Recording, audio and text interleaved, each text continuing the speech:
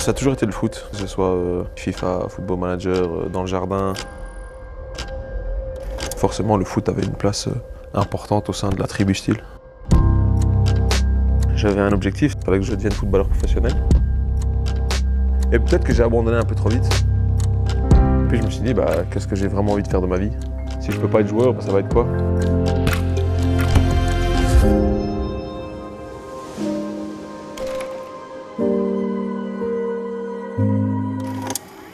Les cotes ne se trompent jamais, c'est le football qui les contredit. Bienvenue dans ce nouvel épisode du Winamax FC l'interview.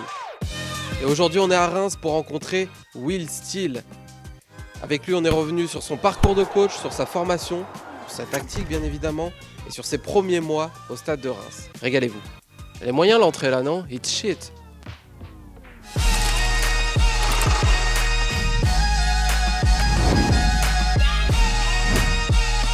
Mais bon, ok.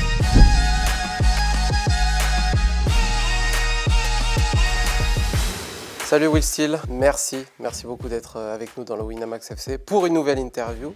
Ta 156e de la semaine, mais une unique pour nous, donc c'est un grand plaisir de t'avoir avec nous. Je sais que dans pas mal d'interviews, dans pas mal de contenus, on te parle de Football Manager. Rassure-toi, je vais pas le faire. Je vais pas le faire sur cette interview. Merci. Si jamais j'ai une référence par rapport à Football Manager, s'il te plaît. Je la coupe. Voilà, coupe là. Magnifique. Première question, Will, c'était qui ton joueur fétiche dans Football Manager, justement? Je coupe maintenant ou là-bas? Non, je pense qu'au-delà de Football Manager, mon joueur fétiche, c'était Steven Gerrard. Ouais. Quand je grandissais, parce que c'était le milieu de terrain moderne à l'époque, qui avait un abattage de fou, qui mettait des buts venus d'ailleurs. Donc c'était un peu mon idole quand je grandissais, et puis forcément quand tu joues à FIFA ou à ces jeux-là, tu le fais signer direct.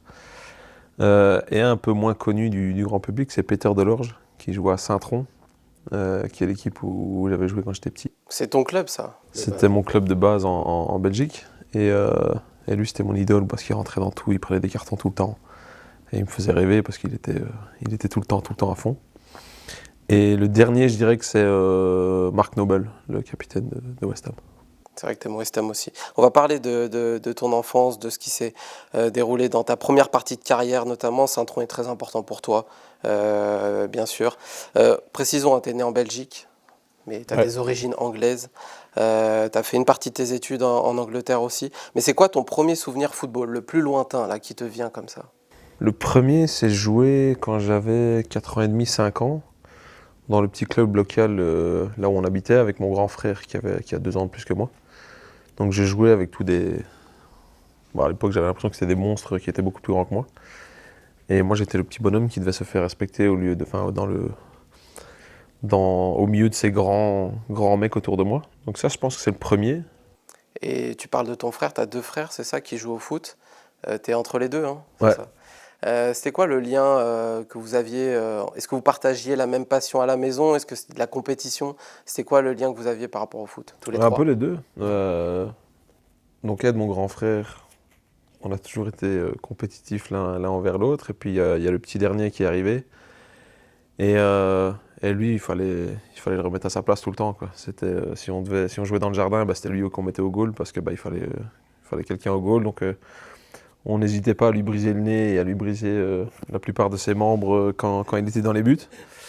Mais non, ça a toujours été le foot. Peu importe ce qu'on faisait, que ce soit FIFA, Football Manager, dans le jardin, les week-ends, passer des heures dehors. Et ma mère nous détestait parce qu'on rentrait, on était dégueulasse et on devait foutre toutes les affaires à laver. Mais on a toujours été très proches aussi. On a un lien qui est assez fort entre nous trois. Et j'ai 2 grandes sœurs aussi que beaucoup ignorent. Donc non, on était un peu la famille anglaise en plein milieu de la Belgique. Donc on a été très soudés très vite.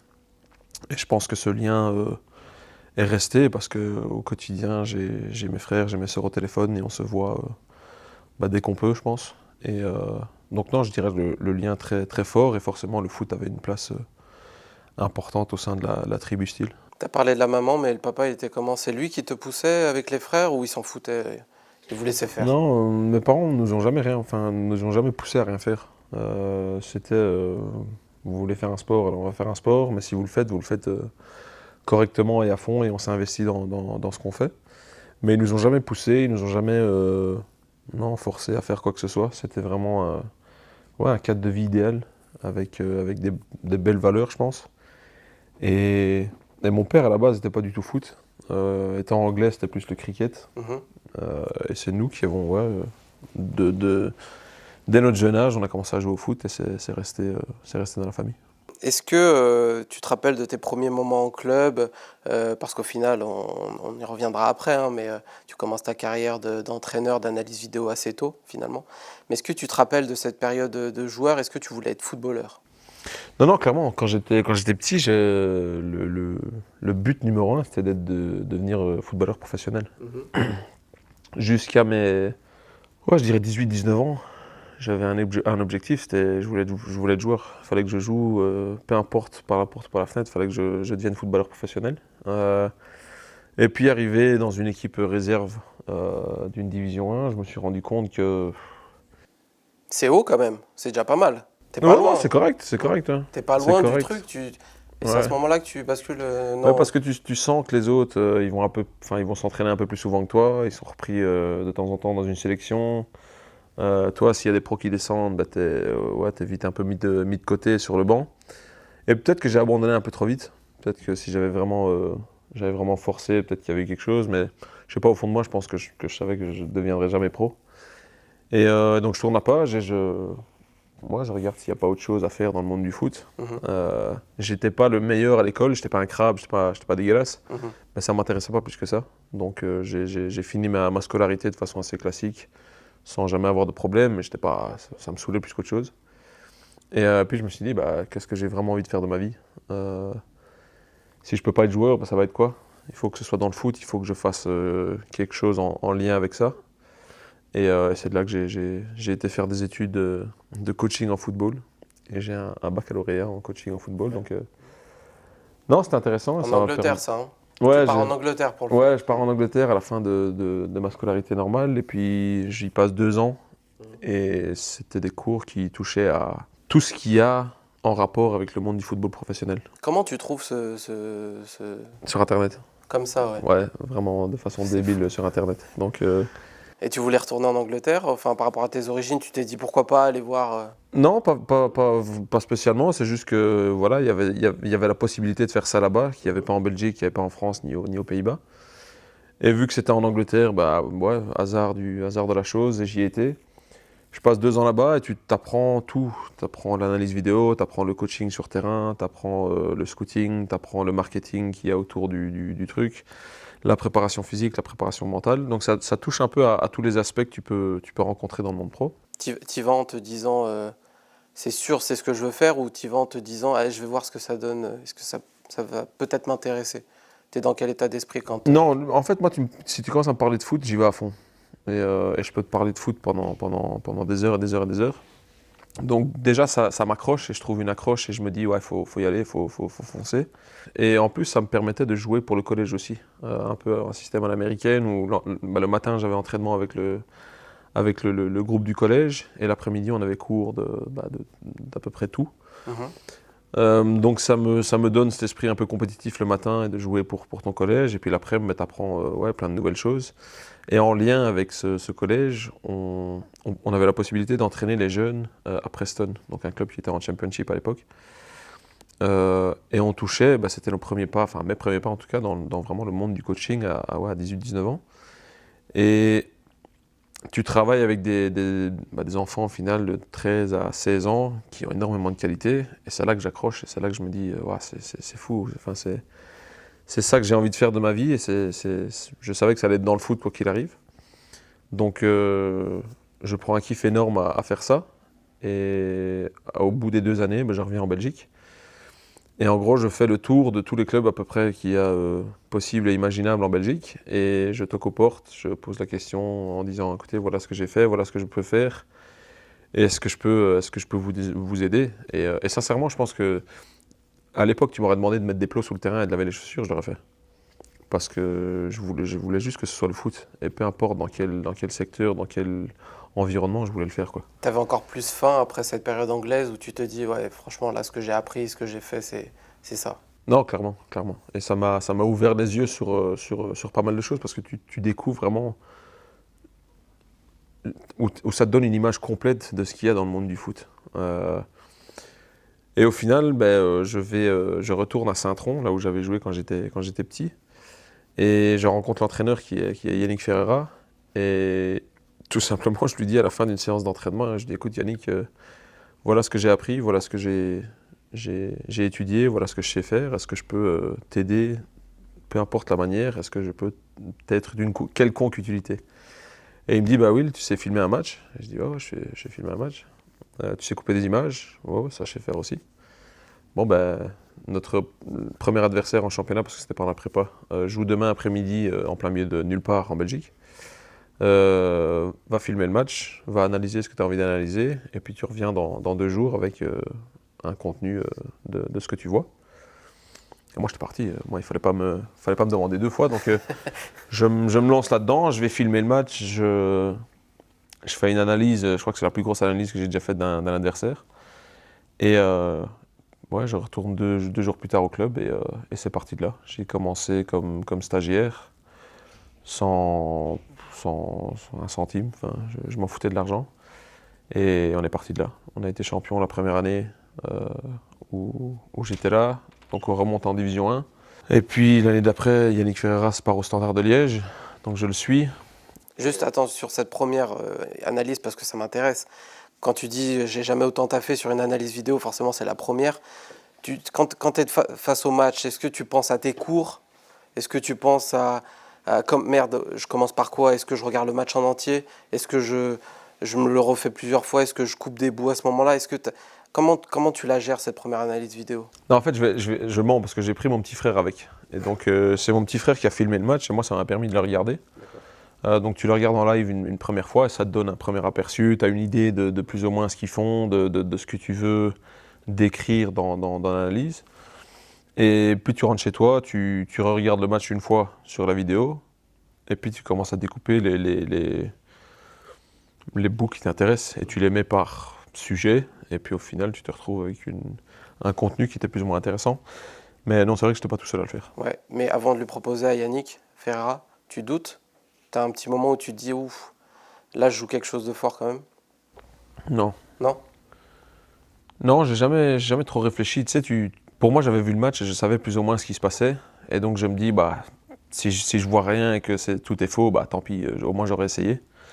Mais en soi, on regardait tellement de matchs quand on était petit, on avait pris des abonnements à gauche à droite dans les différents clubs belges pour voir tout ce qui se passait en Belgique. Donc, j'avais une certaine idée de ce que je voulais dire et de ce que j'allais analyser. Ouais, non, mais je pense qu'il faut toujours se faire confiance.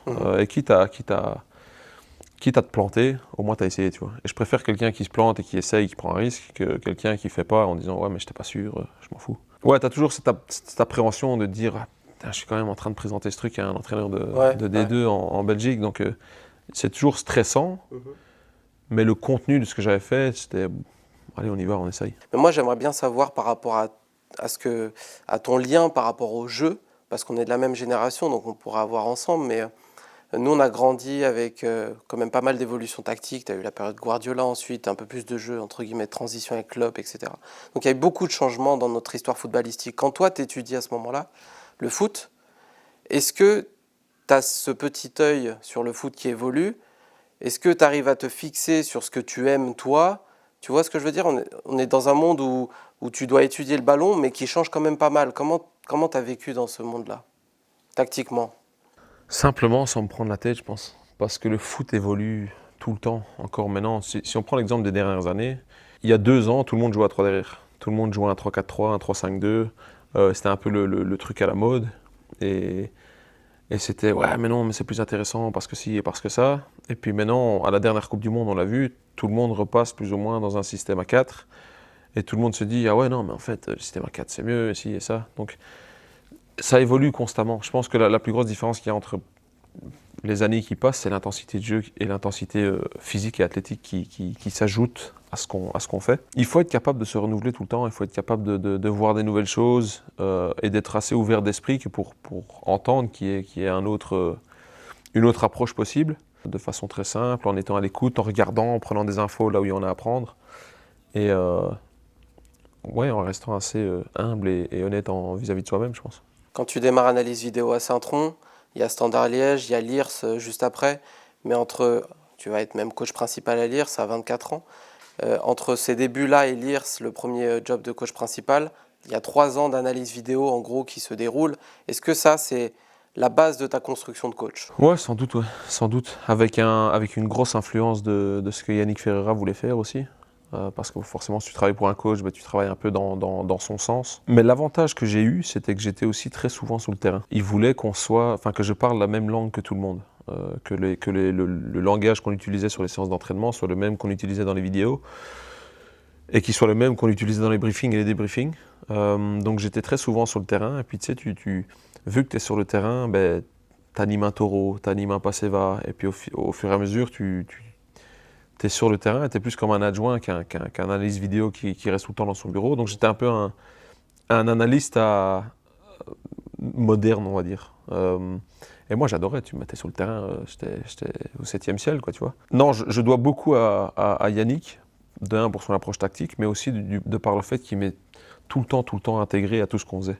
Et que donc le langage au sein du club et au sein des joueurs était le même, et que tout le monde savait exactement dans quelle direction on allait. Est-ce que tu gardais quand même une personnalité tactique, enfin des idées que tu avais sur le football, malgré le fait que tu doives suivre le numéro 1?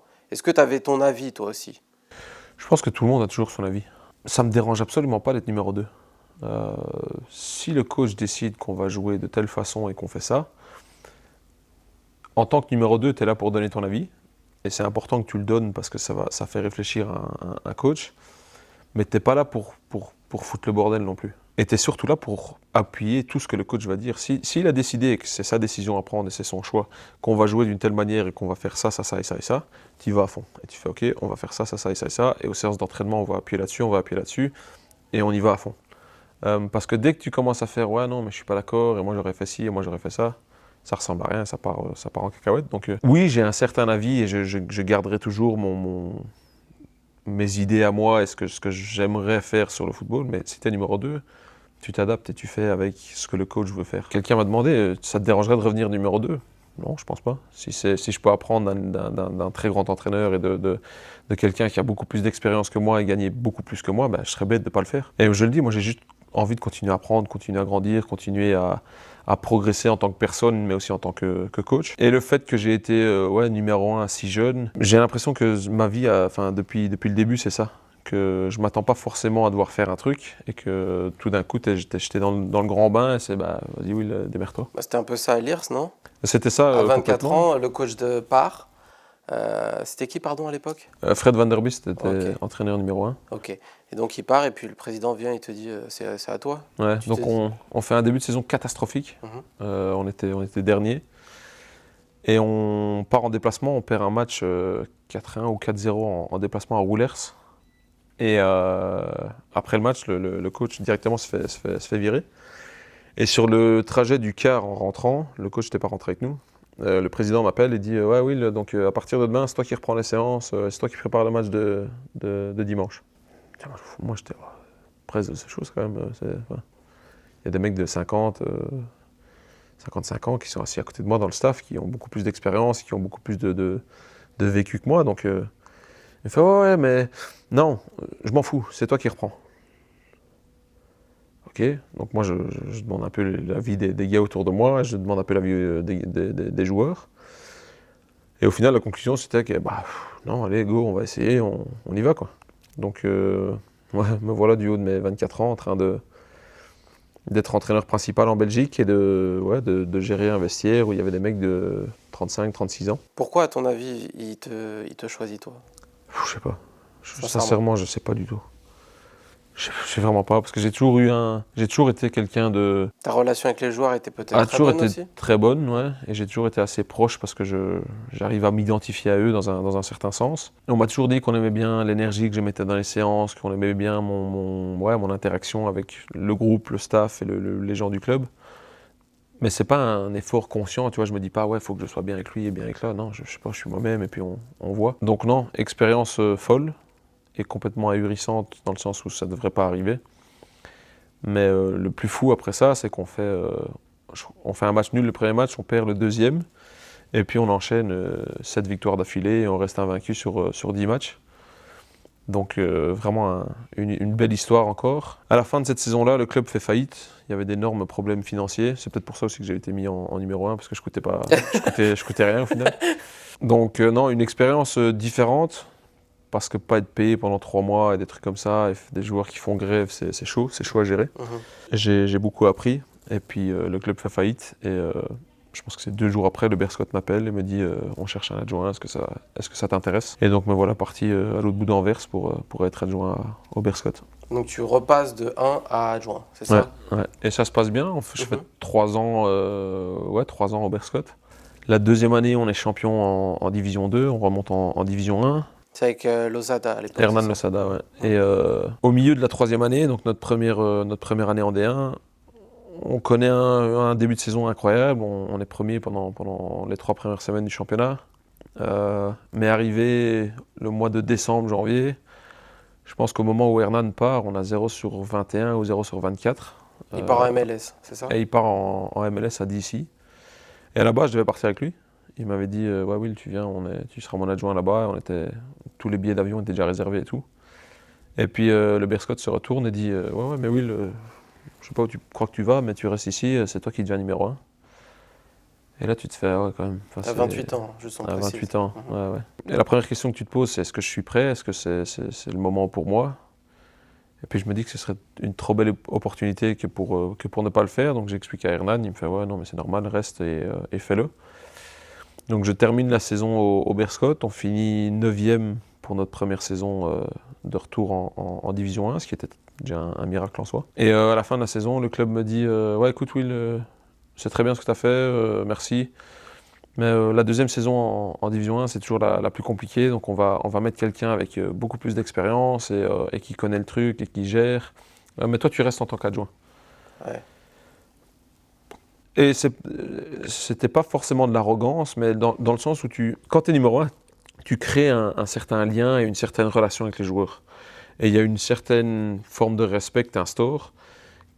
Et moi, je ne me voyais pas repasser numéro 2 avec les mêmes joueurs qu'il y avait encore au sein du club. Et puis, j'estimais avoir fait le tour de ce que je voulais faire au Berscott. J'étais venu pour faire remonter le club, c'est ce qu'on avait fait. J'étais devenu numéro 1, j'avais pris un plaisir fou à le faire. Et j'étais arrivé à la fin d'un cycle, quoi. Et il fallait changer, il fallait voir autre chose. Donc, je me mets d'accord avec le club pour mettre fin à mon contrat. Et je pense 2 jours après, même pas, ou le lendemain, je pense, Mathieu Lacour m'appelle sur mon téléphone. Il me dit écoute, Will, Oscar Garcia, c'est notre nouveau coach. On est à la recherche d'un adjoint parce qu'un de ses adjoints est parti en Espagne. Et il nous faut un adjoint terrain. Est-ce que ça t'intéresse de venir discuter avec nous? Ils me font faire le tour des infrastructures, on parle du projet, on parle de beaucoup, beaucoup de choses. Et ça me plaît, j'accroche direct, j'accroche avec Oscar aussi. Et c'est parti de là. J'ai commencé la saison, c'était pas mal, on a fait un bon début de saison. Et je me sentais super bien, sauf que j'avais encore mes diplômes d'entraîneur à finir. Et l'UFAA l'année dernière, c'était le mercredi après-midi et le samedi matin. Donc directement après la séance du mercredi, je me cassais en Belgique pour aller faire mes cours d'entraîneur. Le samedi matin, pareil, pour revenir le samedi après-midi. Et au bout de 3 mois et demi, 4 mois, moi j'en pouvais plus. Je vais faire la route et ne pas dormir sur place ou revenir ici, c'était insupportable. Et si j'étais pas rentré en Belgique, je pense que je me serais tué sur la route à un moment donné parce que ça devenait affolant. Donc je reçois une proposition d'Anderlecht et du Standard de Liège et je décide de retourner au Standard de Liège juste parce que on s'était fait virer la première fois que j'y avais été sans raison très claire et que j'estimais que j'avais un truc à finir là-bas, donc je retourne là-bas. C'était en fin d'année dernière, on est d'accord, ça? En fin de saison dernière? Enfin au milieu de la saison dernière. Ok. Et donc je finis la saison dernière au Standard. Et puis cet été, Oscar me rappelle en me disant Will, est-ce que tu as fini tes diplômes? Je dis ouais, j'en suis arrivé presque au bout, à part le BEPF qui est impossible à avoir. Mais pour le reste, je suis bon. Donc je reviens ici et me voilà redevenu adjoint d'Oscar. Alors, tu as dit que c'était difficile de passer de 1 à 2, d'entraîneur principal à adjoint, parce que la relation avec les joueurs est particulière. Dans l'autre sens, ça se passe comment? Parce que pour le coup, tu l'as fait plusieurs fois, ça. Passer de 2 à 1, quand on est adjoint, on est un peu je ne sais pas si c'est réel, tu vas me dire, un peu le confident avec les joueurs. C'est pas toi qui prends les décisions négatives. Quand tu passes un, c'est quand même différent. C'est un monde de différence. Mais le truc, c'est qu'il il faut pas essayer de se prendre pour un autre. Il faut pas essayer de mentir aux joueurs en changeant la personne que tu es ou la relation que tu peux avoir avec eux. Il faut juste rester tranquille en leur expliquant clairement que ben voilà, les choses ont changé. C'est moi qui vais devoir prendre les décisions, qui vais devoir mettre les choses en place. Mais j'essaie de toujours rester honnête et droit avec tout le monde. Que si j'ai une décision à prendre, je vais l'expliquer par A plus B, que voilà, c'est pour le bien de l'équipe et pas pour mon ego à moi ou pour piquer qui que ce soit. Le bien de l'équipe a besoin de ça, donc on va faire ça. Et on est parti là-dessus. Mais encore une fois, je dis que c'est difficile de passer de 1 à 2 dans le même club. Ouais. Parce que ce serait difficile de repasser adjoint ici, parce que tu as justement créé ce lien de confiance en disant ben, les joueurs savent que c'est moi qui vais prendre les décisions. Donc ça, c'est compliqué. Mais non, passer de 2 à 1, bah, tu connais l'environnement, tu connais les joueurs, tu connais le staff. Et au final, tu sais plus ou moins ce que les joueurs veulent et dans quelle direction le club veut aller aussi. Je te dis, le plus important, c'est juste de rester soi-même, de pas trop se prendre la tête. Sur ton taf de numéro 1, est-ce que, par exemple, sur l'analyse vidéo, tu as toujours un poids sur ce domaine-là ou tu as moins de temps par rapport à ton taf d'adjoint? Le truc que j'essaie de faire, c'est de donner le plus de responsabilités possible aux gens concernés. D'ailleurs, sur le terrain, on a vu ce matin, il y en a pas mal autour de toi.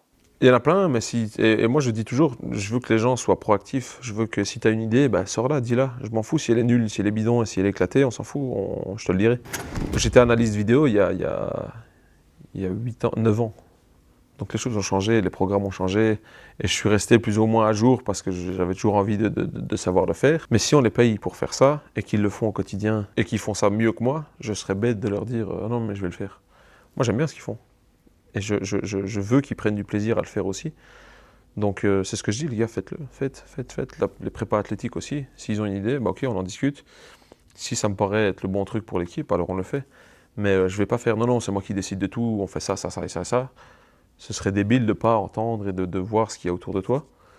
Et j'ai besoin que les gens ils se sentent concernés et contents d'être là. Parce que c'est ce que je dis toujours, si tu n'es pas content d'être dans le monde du foot, viens pas, enfin, tu fais le mauvais métier, tu perds ton temps. Donc non, c'est important que tout le monde se sente bien et que tout le monde soit concerné, que tout le monde ait une certaine responsabilité dans tout ce qu'ils font. Et je ne changerai jamais ça, je pense.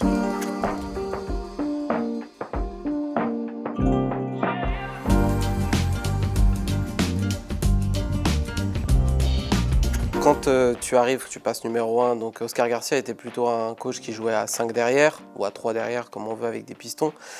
Tu commences un petit peu, il me semble, avec ce système-là, 1 ou 2 matchs, puis tu changes. Je crois que sur une rencontre, il y a une expulsion d'Agbadou. Et là, après, tu passes à 4. Parce que j'estimais qu'avec les joueurs qu'on avait ici et le groupe qu'on a, ça correspondait plus à ce qui était possible de faire. Et au final, on en tirait le maximum en faisant ça. Mais c'est vrai que le match contre Paris, on joue un 3-5-2, enfin une variante d'un 3-5-2 avec un joueur un peu libre derrière l'attaquant. Le deuxième match, je pense qu'on va à Lorient, on défend en 4-4-2 et on attaque en 3-5-2 avec encore une animation un peu différente. Et puis après ce match-là, avec la suspension d'Agba, avec Lopi était suspendu aussi parce qu'on a pris 2 rouges à Lorient. Tu es obligé de t'adapter. Et j'avais dans l'arrière de ma tête que c'était vers ça que je voulais me tourner. Et puis, par la force des choses, tu n'as plus 3 défenseurs centraux, donc ça ne sert à rien d'aller jouer à 3 défenseurs centraux si tu n'en as pas. Ouais. Et on s'adapte et on joue un 4-2-3-1. Et on trouve un certain équilibre, une certaine dynamique aussi, parce que le match d'après, je pense qu'on le gagne. Ça change quand même. Ça change de jouer à 3 ou à 4, c'est un concept différent. C'est toujours vers ça que j'ai voulu aller, je pense. Est-ce que c'est plus simple à animer un système à 3 ou un système à 4? Est-ce qu'il y a des différences? Elles sont énormes, mais je ne pense pas qu'il y ait une solution plus simple ou une solution plus compliquée. De un, ça dépend des joueurs que tu as. Ça dépend dans quel registre ils se sentent confortables et dans quel environnement ils se sentent le plus aptes à jouer. Et je pense que c'est ce qu'on a réussi à faire ici, c'est trouver le maximum de joueurs à leur meilleur poste, dans un environnement qui reconnaissent où ils sont performants aussi, et les pousser à être la meilleure version d'eux-mêmes possible. Mais il n'y a pas un système qui est plus facile à animer ou plus difficile à animer. C'est juste, ça dépend des joueurs, ça dépend du contexte. Sur les latéraux, par exemple, tu peux demander la même chose aux latéraux que tu joues à 4 ou à 3. Non, justement, ça dépend des profils. D'accord. Parce que le profil d'un piston n'est pas forcément le profil d'un latéral qui joue dans une défense à 4, tout comme un défenseur central dans un système à 3 n'est pas du tout, pour moi, le profil que tu utilises dans un système à 4. D'accord. Les milieux de terrain, ça c'est un peu plus Et t'as pas modulable. plus t'as pas plus de solidité à 3 derrière, de couverture à 3 derrière? Non, ça c'est un mythe, ça. D'accord. Pour moi, ça c'est un mythe. Parce que c'est comme les gens qui disent, ouais, mais aller presser haut, tu prends un risque. Je dis non, c'est pas parce que tu es loin de ton but et que tu as un espace derrière toi que tu es forcément plus en danger. Et la preuve, c'est qu'on a fait, avant le match de Marseille, on fait 6 clean sheets d'affilée, je pense. Donc c'est juste une perception. Forcément, si tu as plus de joueurs derrière le ballon, bah, tu te dis, bah ouais, il y a plus de sécurité, mais au final, c'est pas la vérité. Quand tu le fais au parc, tu vas presser Donnarumma en laissant les ailes même parfois libres, alors qu'ils ont des pistons qui peuvent te faire mal. C'est quoi, comment tu le travailles ça pendant la semaine? Est-ce que tu te dis, tiens, j'ai ça en risque, mais j'ai ça en bénéfice? Est-ce que tu penses comme ça? Je pense pas au risque. Je suis conscient de la qualité individuelle de Paris et collectivement ce qu'ils essayent d'amener. En fait, dès que tu commences à parler d'un risque ou dès que tu instaures le moindre doute, le joueur va le sentir. Et donc, si tu lui demandes de faire un truc et qu'il dit ouais, mais oui, tu m'as dit que si je faisais ça, mais que ça passe par ta derrière, il faut pas en parler. Tu sais que c'est là, mais si tu provoques le fait que bah, tu forces Paris à jouer plein axe, par exemple, et que tu les accueilles et que tu es prêt à presser là, la probabilité que le ballon aille sur le côté, elle est minime. Donc, tu réduis le pourcentage d'erreurs et tu joues sur tes qualités aussi. Ça, le fait de faire mal, d'avoir un pressing haut et d'empêcher les équipes de sortir, je trouvais que c'était super intéressant avec Reims parce que ça change vraiment en fonction des équipes. Contre Paris, tu me dis si je me trompe, hein, tu vas beaucoup presser Donnarumma et son jeu au pied. Contre Monaco, c'est un peu différent, mais tu les embêtes aussi à la sortie individuellement. Est-ce que, est-ce que c'est, si je te dis c'est la marque de ton équipe, le pressing haut, presque l'individuel sur les joueurs, est-ce que c'est vrai ou pas? Ouais, bah, c'est un de nos principes. On a envie de récupérer le ballon haut, on a envie d'aller embêter l'adversaire le plus haut possible, pour que dans le cas où on la récupère, on soit déjà très proche du but adverse et on puisse enchaîner directement derrière.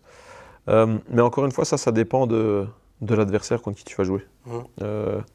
Parce que, imaginons, tu peux aller presser le gardien, comme tu peux laisser le gardien libre, tu peux laisser un défenseur central au ballon et orienter ton press vers quelque part. Donc le détail de la chose, ça dépend toujours de l'adversaire qui est en face de toi ou des joueurs que tu as sur le terrain à ce moment-là. Mais le principe de base, le fait d'aller chercher haut et d'être positif et d'aller les embêter le plus haut possible, ça fait partie de l'identité de ce qu'on essaye de mettre en place ici, ça oui. Est-ce que tu saurais faire autre chose avec cette équipe? Je veux dire, est-ce que tu serais capable d'être plus attentiste? Je sais pas, mais je n'ai pas trop Tu envie t'imagines pas de comme ça? l'imaginer non plus, parce que Mhm. bah, avec les profils qu'on a et ouais, l'environnement qu'on a réussi à créer ici, ce serait bête de faire autre chose. Mhm.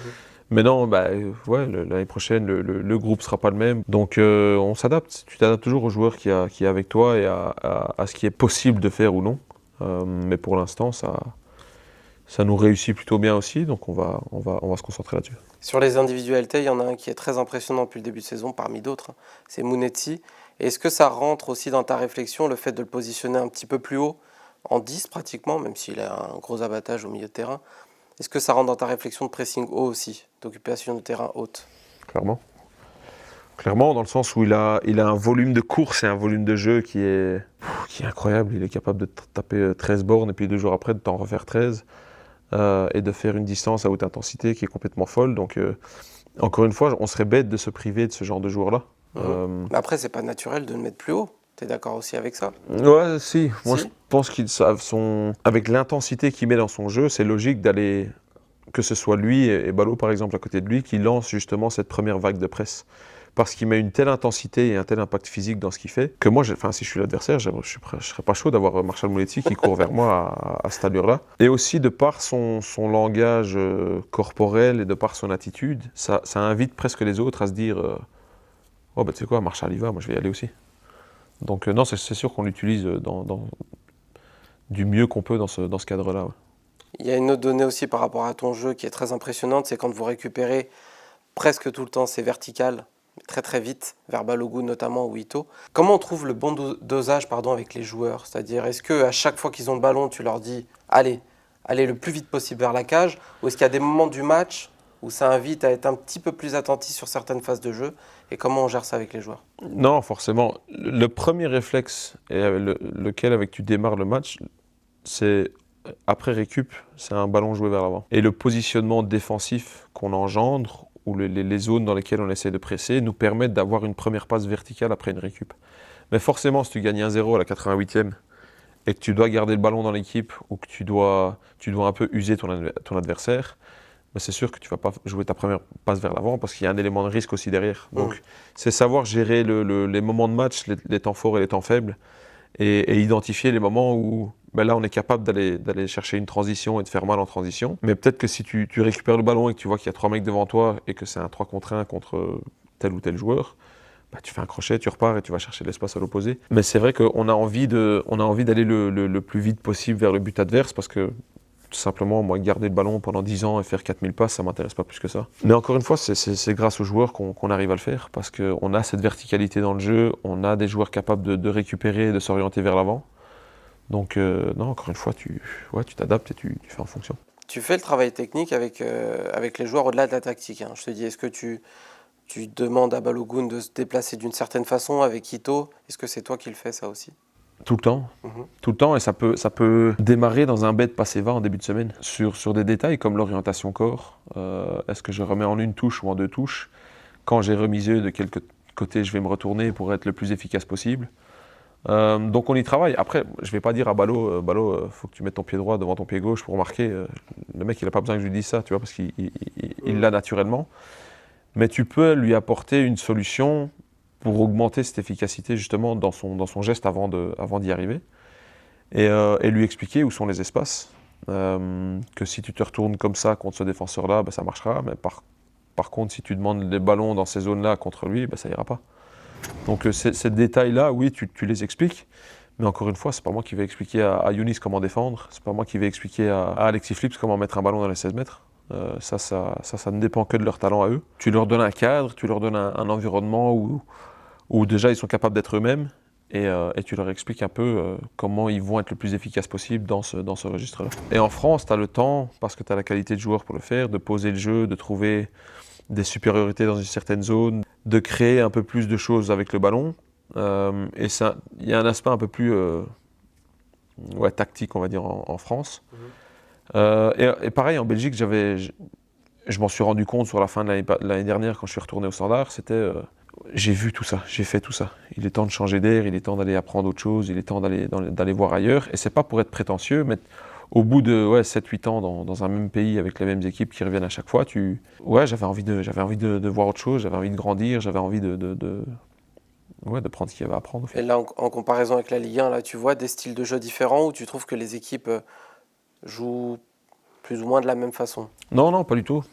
Pas du tout, parce que si je prends l'exemple on va prendre l'exemple de nos derniers matchs, on reçoit Ajaccio ici, où, vu la situation dans laquelle ils sont au classement, ils jouent un bloc un peu plus bas, avec un jeu assez direct quand ils ont le ballon, qui est totalement différent du 4-3-3 de Monaco, du 4-4-2 de Monaco, qui est un peu plus proactif, mais qui est complètement à l'opposé du marquage individuel de Marseille sur tout le terrain à tout moment. Et d'un jeu très vertical aussi quand ils ont le ballon. Donc la Ligue 1 t'offre beaucoup de choses, avec beaucoup de qualité aussi.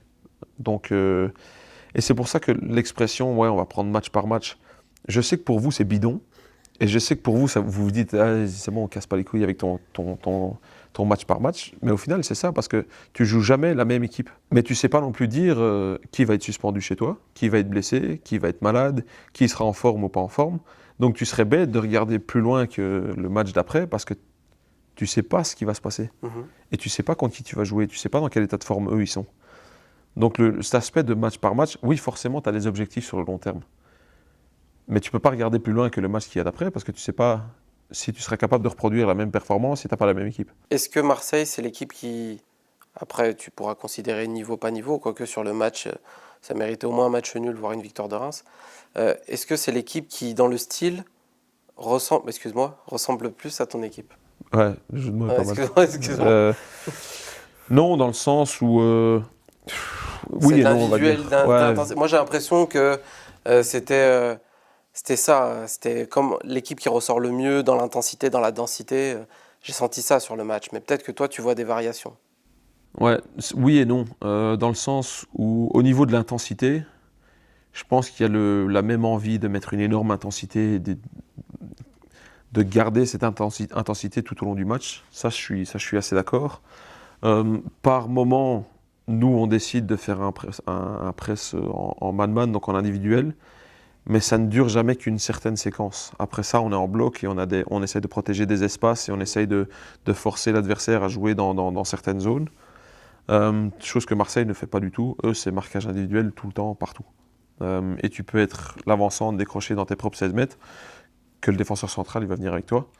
Donc oui et non, et pareil avec ballon, on essaye de créer certaines zones ou certaines supériorités dans certaines zones pour amener le ballon dans certains endroits pour par la suite attaquer d'une certaine manière, tandis que Marseille c'est un jeu beaucoup plus direct et beaucoup plus...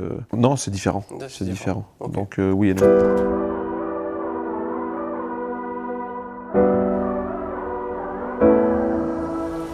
Sur les causeries, parce qu'on t'a vu 2, 3 fois sur des causeries célèbres, Ouais. qui nous ont beaucoup fait rire. Est-ce que tu les prépares Non. ou pas? Non, Non. c'est une impro totale. Après, il y a peut-être une différence entre celle à l'entraînement et puis celle avant le match. J'ai toujours une idée d'où je veux amener les mecs, et dans quel registre je veux qu'ils soient prêts avant d'aller sur le terrain, à l'échauffement ou avant le match. Mais le mot que je vais utiliser, je l'ai jamais préparé, je sais pas ce que je vais dire. J'ai une idée que voilà, le message que je veux faire passer, c'est celui-là. Mais je sais pas comment je vais tourner la chose avant de le dire. Et pour revenir sur cette causerie qui a fait beaucoup de bruit, en fait, on sortait simplement d'une séance où on avait fait exprès d'être bidon comme arbitre. Parce qu'on estimait que, ben voilà, tu vas au parc, déjà, le match va être compliqué parce qu'il y a une vraie adversité en face. Tu sais que, ben, de par les supporters, l'ambiance qu'il y a certaines décisions qui ne vont pas aller en ta faveur, et que cet élément de chance qui vient dans tout match de foot qu'on n'a pas forcément eu contre Marseille, tu dois le provoquer aussi par moment. Sur la séance, j'avais créé exactement l'environnement que je voulais créer, j'avais énervé les joueurs au point à ce qu'ils cassent les couilles avec les arbitres, et l'arbitre aux entraînements, c'est nous. Et c'est pour ça que j'avais dit, ouais, je sais qu'on est nul.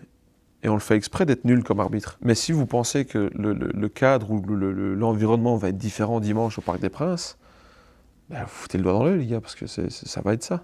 Donc on essaye toujours d'apporter un cadre à ce qu'on fait, d'expliquer clairement. Mais pareil, il y a un moment où je suis un être humain et moi tu m'insultes 4 fois, je vais te faire au chef, là ça va plus. Et je vais te répondre et je vais utiliser des mots qui sont durs mais appropriés dans le sens où ça reste dans l'environnement dans lequel on était. Et que ça va aider l'équipe à gagner un match au final. Et je ne ferai jamais rien sans que ça ait un but derrière, ou que ça fasse progresser l'équipe, ou que ça donne un contexte à ce qu'on fait. Sur la façon dont tu vis le métier, est-ce que quand tu rentres chez toi, tu penses encore au foot, à ta tactique, à ce que tu vas faire ce week-end, ou est-ce que tu arrives à te déconnecter? Non, déconnecter, c'est chaud. Déconnecter, c'est... Ouais, c'est dur. Et même là, pendant la trêve internationale, C'est pas de la pause pour toi là? c'est de la pause dans le sens où tu sais que t'as pas un match à préparer, donc t'as pas des vidéos à faire, t'as pas de mise en place tactique à laquelle penser. Mais tu es déjà dans l'après, tu es déjà dans ok, quand est-ce que ces joueurs-là reviennent, quelle séance d'entraînement on va faire quand. Et le truc le plus dur, ou que je trouve le plus dur, c'est de mettre des gars sur le banc. Et c'est ce que je leur dis souvent, je dis moi les gars, je veux faire jouer 24 joueurs. Mais le problème, c'est que le week-end, tu peux en faire jouer que 11 et tu peux en faire rentrer que 5. Donc forcément, mathématiquement, tu vas avoir tel ou tel joueur ou X nombre de joueurs qui vont pas jouer. Mais tu leur dis quoi à ces gars-là? Parce qu'ils s'entraînent correctement. Quand tu dois les faire rentrer dans un match, ils rentrent de façon assez concrète et efficace. Mais tant que l'équipe elle est sur un dynamisme et que tu as trouvé un certain équilibre collectif et que les joueurs qui jouent performent aussi, je trouve ça limite impossible de mettre un gars sur le banc. Parce que tu es là, bah ouais, j'ai envie de te faire jouer aussi, mais dis-moi qui sort, enfin, dis-moi qui devrait sortir de l'équipe. Donc tu es tout le temps en train de penser à un truc, tu es tout le temps en train de te dire, ah, il faudrait que je fasse ci, il faudrait que je fasse ça. Et tu gères pas que des joueurs non plus. il y a tout un staff médical, athlétique, technique derrière toi. Et tu dois essayer de trouver l'équilibre entre tout ce monde-là. Donc, t'arrêter, c'est compliqué parce que même maintenant, tu as des matchs internationaux, tu as certains internationaux qui sont partis, donc tu te dis, bon, je vais regarder le match. Ah ouais, à ce point-là. Ah, Ouais, enfin, parce que à ce ça point-là, fait c'est partie. ton taf, oui, c'est vrai. C'est ton gars, tu vois, donc Ah ouais, c'est vrai. tu vas le regarder. Et puis il y a la France qui joue, il y a la Belgique qui joue, il y a l'Angleterre qui joue, donc tu as envie de savoir ce qu'eux ils font aussi parce que ils préparent un truc. Donc, non, couper, c'est chaud. Couper, c'est très très dur. Sur l'organisation de ton effectif, coach, tu penses à l'année prochaine et je voulais savoir si tu te mêlais du mercato. J'écoute ce qu'on me dit, j'analyse les joueurs qu'on m'envoie, je regarde s'il y a des choses que je vois moi, et il y a un partage et un mélange assez, qui est plutôt intéressant entre ce que la direction fait, ce qu'on apporte nous en tant que staff. Sur, même si c'est pas un entretien d'embauche, hein, je voulais savoir s'il y a des aspects sur lesquels tu as beaucoup progressé selon toi depuis tes débuts. Ouais, tous. Tactiquement, la personne que je suis, j'ai forcément pris de l'âge, donc j'ai grandi, j'ai un peu mûri aussi. Sur les séances d'entraînement aussi. Je déteste donner 2 fois la même séance d'entraînement. Donc j'essaye. Encore une fois, tu gardes un certain cadre et tu gardes une certaine logique dans ta préparation de semaine et ta préparation de séance. Mais l'exercice en tant que tel, tu fais jamais 2 fois le même, parce que ça me saoule plus qu'autre chose. Et je sais que c'est pas forcément agréable pour les joueurs non plus. Et pareil, t'en apprends tous les jours. J'ai été voir un match de U14 du stade, et tu vois des trucs que tu vois pas chez nous, par exemple, tu vois. Que ce soit un contrôle orienté, une conserve qu'ils font à l'échauffement. Et tu te dis, mais il y a moyen de prendre de l'info et d'apprendre de partout. Et je serais bête de m'arrêter maintenant, quoi, tu vois. Moi, j'ai encore envie de grandir, j'ai encore envie d'évoluer comme personne et comme coach. Ouais, ce n'est que la logique des choses. Et pareil, quand les gens me demandent, ouais, mais t'es encore jeune. Mais en fait, tu as commencé jeune. Aussi, mais c'est ce que je leur dis. Je dis, ouais, je vais pas m'ajouter 10 ans, je vais pas dire que j'ai 40 ans, parce que j'ai pas 40 ans, j'ai 30, tu vois. Donc, non, je sais pas, on s'adapte et on continue de grandir et de progresser. Ouais. Sur le fait de... Tout à l'heure, tu disais, ça ne me gênerait pas de repasser 2. Mais dans ta tête, t'as pas envie de te lancer dans une carrière de 1 fixe, là, dès maintenant, puisque tu es en Ligue 1, à Reims, ça se passe bien. Si, forcément. Ouais, non, non, clairement, mais le problème, c'est que la vie ou le monde du foot ne te le permet pas tout le temps, tu vois. Moi, je sais pas ce qui va arriver demain, je sais pas ce qui va arriver dans 1 an ou 2. Mais forcément, depuis le début, j'ai eu cette envie d'être numéro 1, j'ai eu cette envie de prendre mes propres décisions et de tenter des choses. Et maintenant, j'ai envie de confirmer tout ce qu'on fait pour l'instant. Donc, non, forcément, oui. Mais je te dis, le monde du foot est tellement imprévisible et tellement aléatoire parfois. Le foot, c'est pas une science exacte. Que ce soit sur le terrain, que ce soit en dehors du terrain, il y a des trucs illogiques qui se passent chaque week-end, chaque semaine, que tu ne contrôles pas. Prends l'exemple de... Contre Monaco, on prend 2 poteaux contre nous, et 2 fois, le ballon, il retombe dans les bras de Yves. Alexis Sanchez, il met un coup franc, frappe le poteau et elle rentre. Pourquoi, une fois qu'elle frappe le poteau, elle sort pas, et là, elle rentre. Nous, on met, je sais pas combien de buts, poteau rentrant, là, la barre rentrante de Marshall contre Toulouse. Marshall, il est à 6 mètres du but, il met une tête, elle touche poteau, elle sort. C'est pas une science exacte. Et tu as beau préparer le même scénario de match et d'essayer de créer des occasions d'exactement de la même manière, tu peux pas prévoir que le ballon il frappe le poteau, il sorte, ou il frappe le poteau, il rentre. Tu peux pas prévoir que l'arbitre il te donne pas un penalty sur des choses qui sont pour toi plus ou moins claires. Mais tu essayes de te faire des petits scénarios de match comme ça, par exemple, tu te dis, si au bout d'un quart d'heure on est mené, on change, ou c'est vraiment du live, quoi. Non, forcément, tu as toujours le scénario idéal et tu as toujours le plan A. Ok, si ça se passe, voilà ce qu'on fait. Tu as le plan B. Si telle et telle chose ne sont pas le cas, comment on s'adapte et dans quelle direction on va.